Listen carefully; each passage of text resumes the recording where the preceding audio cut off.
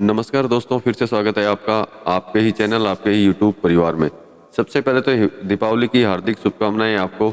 सही रहें, स्वस्थ रहें। बड़ी इलायची की वापस बात करेंगे। कुछ इन्फॉर्मेशंस भी हैं मेरे पास में आज, तो वो इन्फॉर्मेशन भी आपको देंगे, तो वीडियो को पूरा देख के जाइएगा। साथ में दोस्तों, चैनल पर नए आए हैं तो चैनल को सब्सक्राइब जरूर कर लीजिएगा। वीडियो को भी लाइक कर दीजिएगा। लगता हो वीडियो शेयर का लायक है तो शेयर करना बिल्कुल भी मत भूलिएगा। सबसे पहले तो बात कर लेते हैं आवकों की कि आवक जो है असम हो गया अपना, मतलब नॉर्थ ईस्ट हो गया, और नेपाल में आवकों में क्या कंडीशन अभी चल रही है। तो इस शुरुआत करते हैं असम से। तो देखिए, असम की अगर बात करते हैं तो असम में आवक में बहुत ज़बरदस्त गिरावट है, मतलब बहुत ही ज़्यादा लो हो चुकी है। यूँ मान लीजिए कि हो सकता है किसान माल लेके आना ही नहीं चाह रहा है, वो अपने यहाँ रोक करके बैठा हुआ है।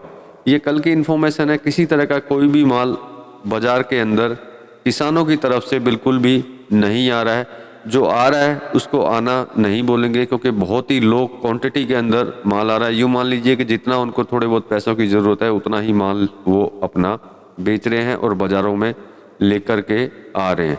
तो मतलब आवक कमज़ोर हो चुकी है असम की। अब बात करते हैं नेपाल की। तो नेपाल में भी सेम है, ना के बराबर माल है वहाँ पे, क्योंकि वैसे भी पहले भी माल कम था, ये तो आपको बताया ही था मैंने, और अभी भी माल कम है, और माल के साथ में आवक भी कमज़ोर हो चुकी है, मतलब माल आना भी कम हो गया है। इसके देखिए दो ही कारण हो सकते हैं, जो मैंने आपको पहले भी कुछ वीडियो में बताए थे कि किसान माल शायद बेचना नहीं चाहता है, चाहे वो नेपाल का हो, चाहे वो असम नॉर्थ ईस्ट का हो, कहीं का भी हो, वो मुनाफा लेना ही चाहता है। इसी वजह से वो माल बाज़ार में लेकर के नहीं आ रहे हैं।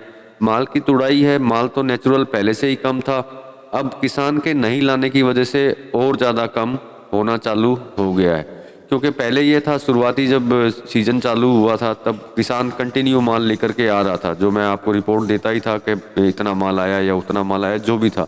तो माल में कमज़ोरी आनी चालू हो गई। उस टाइम में माल अच्छा था, अभी पूरी कमज़ोरी है, मतलब बहुत ही लो क्वांटिटी के अंदर माल बाज़ारों के अंदर पहुंच रहा है। ये आप लोगों के लिए प्लस है, क्योंकि इससे भी तेज़ी आने के चांसेज हैं, क्योंकि उनको तेज़ी चाहिए, वो माल रोकेंगे। इधर माल रहेगा नहीं तो माल में तेज़ी बनेगी। अब बात कर लेते हैं व्यापारियों की। तो देखिए, जो मेरे पास इन्फॉर्मेशन है वो इन्फॉर्मेशन के हिसाब से व्यापारियों ने माल बेचना बंद कर दिया है। भाव दे रहे हैं, डाउट नहीं है उसके अंदर, मैं भी आपको भाव दे रहा हूँ, लेकिन आप अगर उनसे माल मांगेंगे तो वो माल नहीं देंगे, क्योंकि उधर किसान रोक रहा है, इधर व्यापारियों के पास में माल नहीं है, तो व्यापारियों ने भी माल रोकना बंद कर दिया, रोकना चालू कर दिया, सॉरी बंद नहीं, रोकना चालू कर दिया, और माल देने से इनकार है। मतलब भाव आपको ज़रूर देंगे, लेकिन मेरे हिसाब से आपको माल नहीं मिलने वाला। यह जो आपको जानकारी दे रहा हूँ, ये कल की जानकारी है, 2 दिन से इसी चीज़ में लगा हुआ था, उसी से मैंने स्टडी करके पता किया कि माल बेचना बिल्कुल ही बंद कर दिया, चाहे वो सिलीगुड़ी के व्यापारी हों, चाहे वो गुवाहाटी के व्यापारी हों, क्योंकि उनको भी पता है किसान माल लाएगा नहीं, उनके पास माल कम है। तो अब अगर ये लोग ही माल रोक करके बैठना चालू हो जाएंगे तो निश्चित बात है आगे क्या होगा ये आपको पता है। बीच में गिरावट की आपको बात बोल देता हूँ, क्योंकि बहुत जगह पे, बहुत ही ग्रुपों में मैंने कई कई जगह पे देखे हैं जहाँ गिरावट की बात बोली जाती है। तो आपको शायद पता भी होगा, बीच में हल्ला चला था कि बाहर से माल इंपोर्ट करेंगे, इससे बाज़ार में गिरावट आ जाएगी। तो देखिए, मैं आपको दोबारा फिर बोल देता हूँ, पहले भी कुछ वीडियो में बोली थी, बाहर का माल आने से पहली बात तो आएगा तो उससे फ़र्क पड़ेगा नहीं, और आ भी जाएगा तो बाज़ार में गिरावट मेरे हिसाब से नहीं आने वाली। बाज़ार जैसा था वैसा ही चलेगा, ऊपर की तरफ ही जाएगा। और जो टारगेट आपको बोले हुए हैं लोगों ने, जिन्होंने भी बोले हैं, जैसे भी जो आपके टारगेट हैं, मेरे हिसाब से उस तक इलायची ज़रूर पहुंचेगी।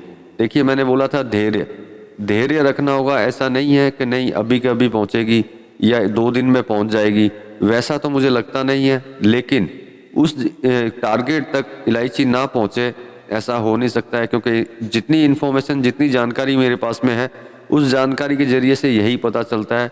और कोई भी बंदा इंपोर्ट कर ले, आपके मार्केट को नहीं तोड़ पाएगा, इस चीज़ से निश्चिंत रहिएगा। आपका मार्केट वैसा का वैसा ही चलेगा, चाहे वो वियतनाम से माल लेके आए, चाहे वो बर्मा से लाए, चाहे वो इंडोनेशिया से लेके आए, कोई फ़र्क नहीं पड़ने वाला, क्योंकि इस इलायची का कोई सब्स्टिट्यूट पूरी दुनिया में नहीं है। ये बात हमेशा आप याद रखिएगा।